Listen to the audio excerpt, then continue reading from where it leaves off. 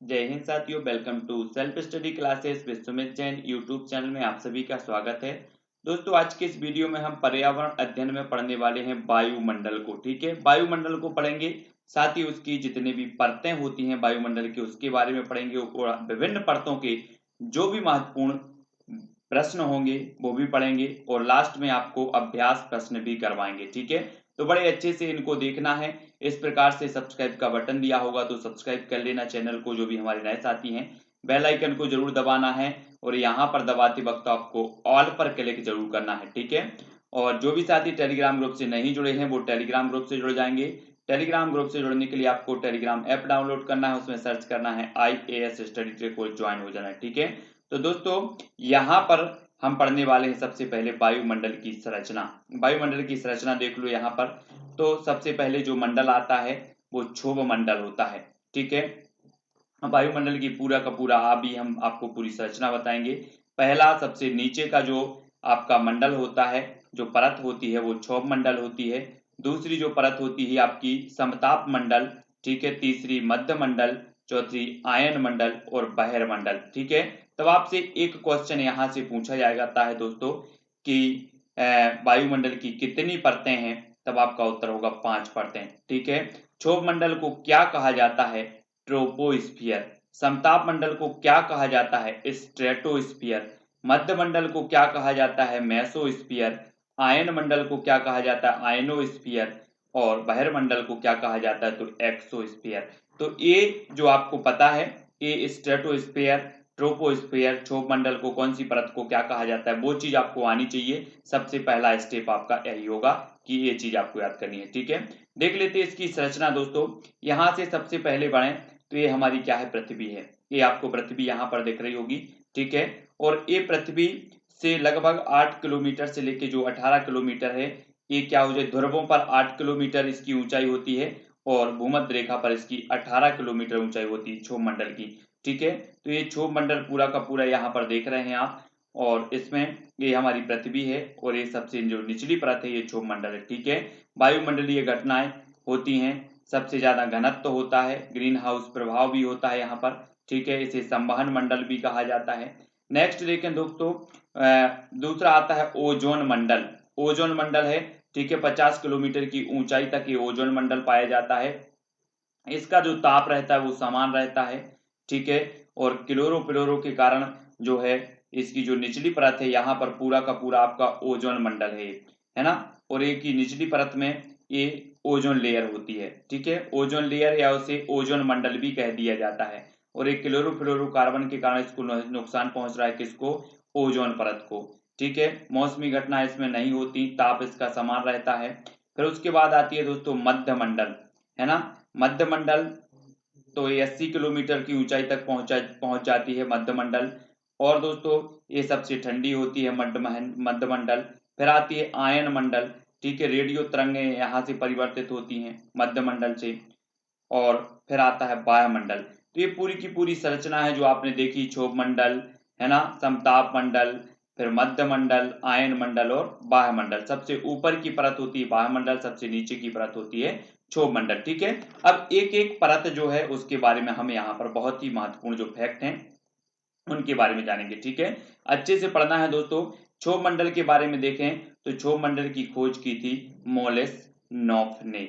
ठीक है, आपसे क्वेश्चन बनेगा कि क्षोभ मंडल की खोज किसने की थी, तब आपका उत्तर होगा मोलेस नॉफ। ठीक है, यह वायुमंडल का सबसे निचला संस्तर है। आपसे हमेशा क्वेश्चन पूछा जाता है कि वायुमंडल की सबसे निचली परत कौन सी है, निचला संस्तर कौन सा है, तब आपका उत्तर होगा क्षोभ मंडल।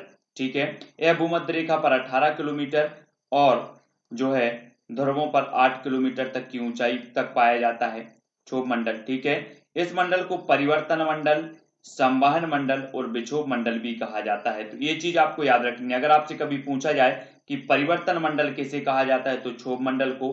संवहन मंडल किसे कहा जाता है, तो क्षोभ मंडल को। विक्षोभ मंडल किसे कहा जाता है, तो क्षोभ मंडल को। ठीक है, इस मंडल को अधोमंडल, अधोमंडल सजीवों को जन्म देने वाला भी कहा जाता है। ठीक है, और गर्मी में क्षोभ मंडल की मोटाई बढ़ जाती है। अगर आपसे पूछा जाए कि गर्मी में किस मंडल की, वायुमंडल की किस परत की मोटाई बढ़ जाती है, तो वो बढ़ जाती है क्षोभ मंडल की। ठीक है, जलवायु परिवर्तन भी क्षोभ मंडल में होता है।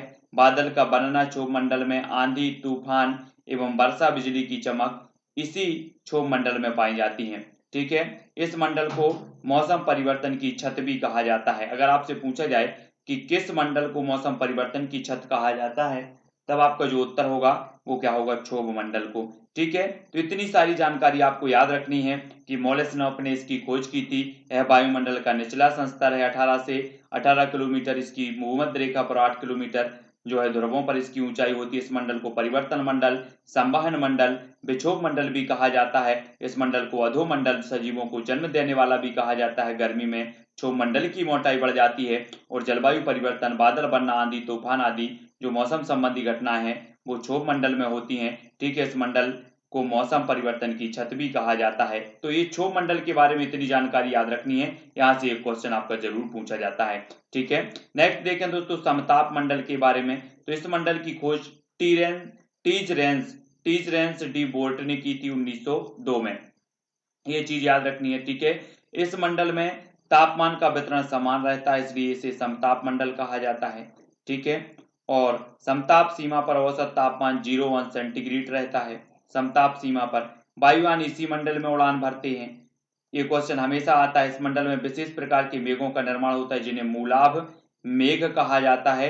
इस मंडल में ओजोन परत पाई जाती है जिससे इसे ओजोन मंडल भी कहा जाता है। तब यहाँ से आपके कई क्वेश्चन बनेंगे दोस्तों कि समताप मंडल की खोज किसने की, तो टीजरेंस डी बोर्ट ने की। इस मंडल में तापमान का वितरण, किस मंडल में तापमान का वितरण समान रहता है, तो समताप मंडल में रहता है ना।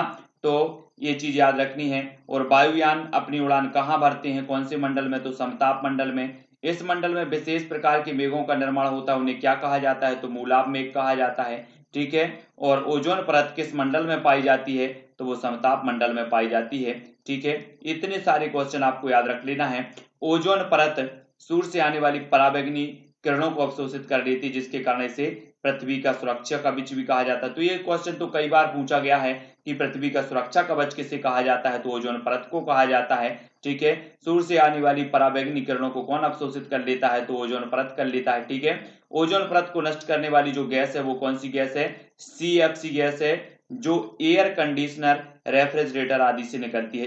ठीक है, ओजोन परत में क्षरण CFC गैस में उपस्थित क्लोरीन गैस के कारण होती है। ये मोस्ट इंपॉर्टेंट है दोस्तों। अभी तक हमने पढ़ा कि CFC के कारण ओजोन का क्या होता है, क्षरण होता है, लेकिन ये भी आपको जानना है कि ये जो है CFC गैस में उपस्थित क्लोरीन के कारण जो है ओजोन परत में क्षरण होता है। ये सभी को जानना है। ठीक है, ओजोन दिवस प्रतिवर्ष कब मनाया जाता है, तो 16 सितंबर को मनाया जाता है। ये चीज याद रखनी है। ओजोन परत नापने वाली इकाई डॉप्सन इकाई है। ओजोन मंडल धरातल से 32 से 50 किलोमीटर के मध्य है। और कार्बन फुटप्रिंट किसी उत्पाद द्वारा उत्सर्जित हरित गृह गैसों की माप है। ये क्वेश्चन पूछा गया है कि जो है हरित गैसों की माप है तो कौन सी है, कार्बन फुटप्रिंट। किसी उत्पाद द्वारा उत्सर्जित हरित गैसों की माप क्या है, तो कार्बन फुटप्रिंट। ठीक है, ओजोन परत का अधिकतम जो ह्रास है वो दक्षिणी ध्रुव पर हुआ है। ओजोन परत की जो नापने वाली इकाई है वो कौन सी इकाई है, डॉप्सन इकाई। ये कई बार पूछा गया। 16 सितंबर को ओजोन दिवस मनाया जाता है। तो इतनी सारी जानकारी ओजोन के बारे में आपको रखनी है जो आपसे पूछे जाते हैं। मध्य मंडल की बात करें दोस्तों तो यह मंडल 50 किलोमीटर से 80 किलोमीटर की ऊंचाई पर पाया जाता है। मध्य मंडल एक तीसरी परत पाई जाती है वायुमंडल की। ठीक है, मध्य मंडल में ऊंचाई के साथ तापमान में कमी आती है। ऊंचाई के साथ जैसे जैसे ऊंचाई बढ़ती जाती है वैसे वैसे तापमान में कमी आती है इसमें, इसलिए यहाँ तापमान गिरकर -100 अंश सेंटीग्रेड तक पहुंच जाता है। उल्का पिंड इसी मंडल में जलते हैं। अगर आपसे पूछा जाए कि उल्का पिंड कहाँ पर किस मंडल में जलते हैं, तो ये जलते हैं मध्य मंडल में। यह वायुमंडल की सबसे ठंडी परत है। ये चीज भी आपको याद रखनी है।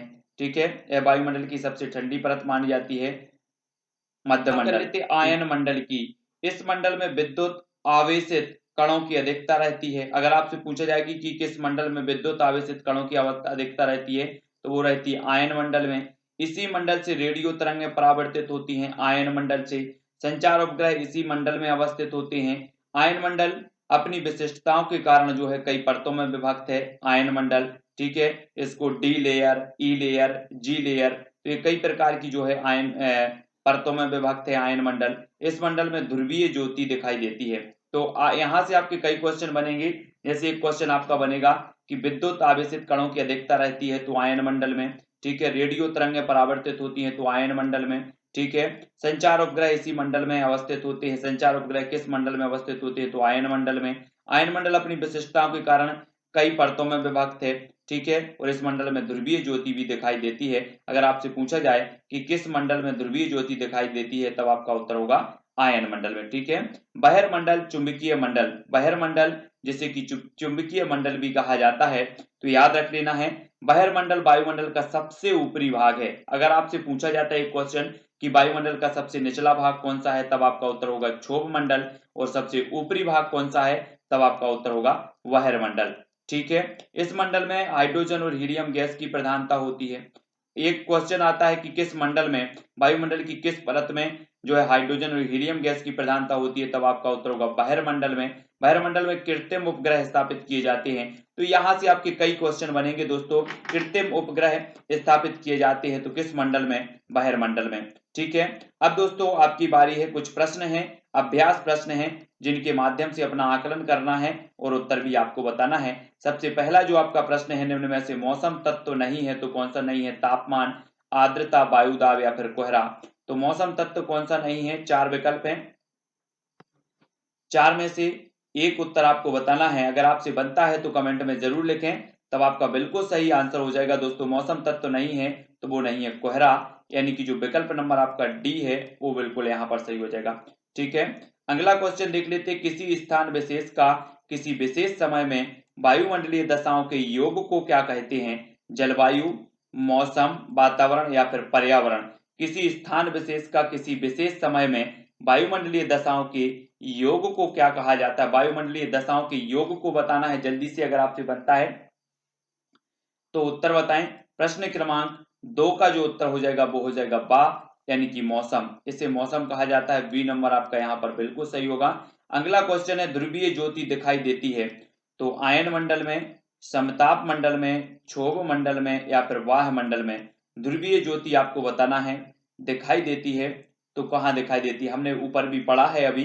ध्रुवीय ज्योति जो दिखाई देती है, प्रश्न क्रमांक 3 का उत्तर आपने कमेंट में बताया है आयन मंडल। आयन मंडल यानी कि जो विकल्प नंबर आ है वो यहाँ पर बिल्कुल सही हो जाएगा, ठीक है। अगला है, मौसम परिवर्तन की छत कहते हैं तो किसे कहते हैं, क्षोभ मंडल को, समताप मंडल को, आयन मंडल को या फिर मध्य मंडल को। जल्दी से प्रश्न क्रमांक 4 का उत्तर बताना है और सभी लोगों को वीडियो को लाइक जरूर कर देना है। कम समय में ज्यादा से ज्यादा अध्ययन इस वीडियो में हमने किया है, ठीक है। तो वीडियो को लाइक सभी लोग करेंगे, शेयर भी करेंगे और कमेंट के माध्यम से बताएंगे कि कितना उपयोगी है, तब आपका बिल्कुल सही आंसर होगा क्षोभ मंडल, आ नंबर। मौसम परिवर्तन की छत कहा जाता है क्षोभ मंडल को। अगला क्वेश्चन है दोस्तों, सूर्य से आने वाली हानिकारक पराबैंगनी किरणों को कौन सी परत अवशोषण कर लेती है, अवशोषित कर लेती है, तो ट्रोपोस्फियर, ओजोन परत, समताप मंडल या फिर आयन मंडल। कौन सी परत है जो पराबैंगनी किरणों का अवशोषण करती है, प्रश्न क्रमांक 5 का उत्तर हमें बताना है और आपका राइट आंसर जो हो जाएगा वो क्या हो जाएगा, जल्दी जल्दी से सभी लोग कमेंट में लिखेंगे और आपका उत्तर होगा दोस्तों ओजोन परत। ओजोन परत यानी कि जो विकल्प नंबर आपका बी है वो यहाँ पर सही हो जाएगा, ठीक है। सभी लोगों को पता है कि ओजोन परत समताप मंडल में पाई जाती है। 16 सितंबर को हम ओजोन दिवस के रूप में मनाते हैं, ठीक है। नेक्स्ट है, वायुमंडल में सर्वाधिक गैस कौन सी पाई जाती है, nitrogen, carbon dioxide, oxygen, neon, nitrogen oxygen या फिर नाइट्रोजन ऑर्गन। तो वायुमंडल में सर्वाधिक जो गैस है वो कौन सी पाई जाती है, प्रश्न क्रमांक 4 का उत्तर हमें बताना है। तो जल्दी से कमेंट में लिखें प्रश्न क्रमांक 6 का आंसर। तब आपने बताया है कि नाइट्रोजन और ऑक्सीजन, यानी कि जो सा नंबर है वो बिल्कुल सही हो जाएगा। वायुमंडल में क्रमशः ऑक्सीजन, आर्गन और कार्बन डाइऑक्साइड का प्रतिशत कितना है, ये 4 विकल्प में से आ, वा, सादा या ABCD आप बता सकते हैं कि वायुमंडल में क्रमशः ऑक्सीजन, आर्गन और कार्बन डाइऑक्साइड का जो प्रतिशत है वो कितना है। तब आपने बताया है कि जो वायुमंडल में ऑक्सीजन है वो 20.95 और जो आर्गन है वो 0.93 और 0.03 ये कार्बन डाइऑक्साइड का है, यानी कि जो विकल्प नंबर आपका डी है वो बिल्कुल यहाँ पर सही हो जाएगा, प्रश्न क्रमांक 7 का, ठीक है। वायुमंडल 99% भाग में कितनी गैसें हैं, 9, 5, 2 या फिर 3। तब आपको बताना है। तो दोस्तों वायुमंडल में 9 गैसें पाई जाती हैं, लेकिन अगर बात करें कि 99% भाग में जो गैसें हैं वो केवल 2 ही गैसें हैं, जिनका नाम है ऑक्सीजन और नाइट्रोजन। ठीक है, तो सी नंबर आपका यहाँ पर बिल्कुल सही होगा। अगला क्वेश्चन देखें, वायुमंडल गैस की एक पतली परत है जो गुरुत्वाकर्षण के कारण पृथ्वी के साथ जुड़ी हुई है, कथन किसका है? मार्क हाउस का, फिंच का, ट्रिवर्था का या फिर कोपेन का? वायुमंडल गैस की एक पतली परत है, वायुमंडल गैस की एक पतली परत है जो गुरुत्वाकर्षण के कारण पृथ्वी के साथ जुड़ी हुई है, ये जो कथन है वो किसका है? प्रश्न क्रमांक 9 का आंसर यहाँ पर बताना है, जल्दी से कमेंट में लिखना है, फटाफट से लिखें और उत्तर आपका होगा दोस्तों मॉक हाउस। मॉक हाउस यानी कि जो आ नंबर है वो आपका बिल्कुल सही हो जाएगा, ए नंबर। ठीक है, नेक्स्ट दोस्तों, वस्तुओं को जलाने के लिए कौन सी गैस आवश्यक है? ऑक्सीजन, नाइट्रोजन, कार्बन डाइऑक्साइड या फिर ओजोन? तो प्रश्न क्रमांक 10 का उत्तर लिखें, वस्तुओं को जलाने में कौन सी गैस आवश्यक है? तब आपका बिल्कुल सही आंसर हो जाएगा दोस्तों प्रश्न क्रमांक 10 का ऑक्सीजन, यानी कि जो विकल्प नंबर आ है वो बिल्कुल सही हो जाएगा। ठीक है, ए नंबर। नेक्स्ट है, ओजोन गैस वायुमंडल के कौन से भाग में पाई जाती है? क्षोभ मंडल में, समताप मंडल में, आयन मंडल या फिर मध्य मंडल में? प्रश्न क्रमांक 11 का उत्तर आपको लिखना है, सभी लोग कमेंट में बताएंगे और साथ ही सभी को बताना है कि ये वीडियो कैसा लगा है फटाफट से, और अपने साथियों, अपने मित्रों तक, अपने संगी साथियों तक, भाइयों तक शेयर जरूर कर लेना है इस वीडियो को।